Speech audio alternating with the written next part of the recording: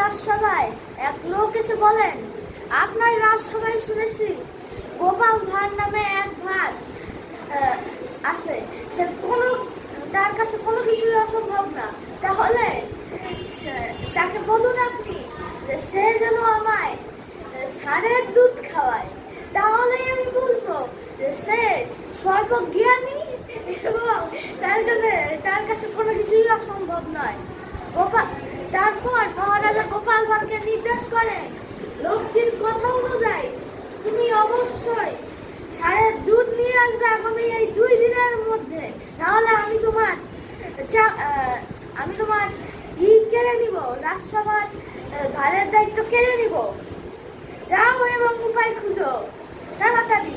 তারপর সে ঘরে যে তার গিন্নিকে বলে, সে খুব চিন্তিত হয়ে পড়ে। তখন তার গিন্নি এসে বলে, কি হয়েছে, তোমাকে এত চিন্তিত দেখাচ্ছে? তারপর গোপাল ভাঁড় তাকে রাজসভার সকল কথা খুলে বলে।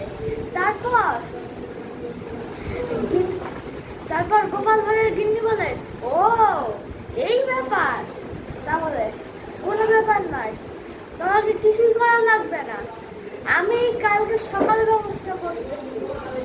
পরের দিন সকালে গোপাল ভাঁড়ের গিন্নি ঘাটে যে সকল কাপড় মুছছে, ধোয়া কাচা, তারপর যেসব অন্যান্য কাজ থাকে, বেশিরভাগ যে কাজগুলো পুরুষরা করে সেই কাজগুলোই সে করতেছে। তখন মহারাজ হাঁটতে বেরো, প্রতিদিন সকালে তিনি হাঁটতে বেরো। তখন তিনি ওই পুকুর ধারে দেখেন যে একজন খুব জোরে জোরে ওই কাজ করতেছে।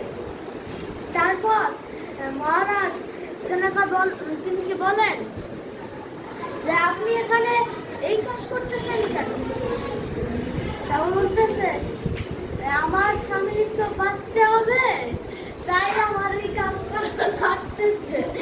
তারপর তৎক্ষণাৎ মহারাজ বুঝতে পারে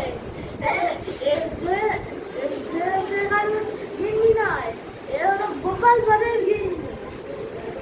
সে তৎক্ষণাৎ সিপাহীদের বলে, যেই লোকটি গতকালকে রাজসভায় বলেছিলেন ষাঁড়ের দুধ আনতে, সেই লোকটিকে আজকেই আমার রাজসভায় হাজির করো।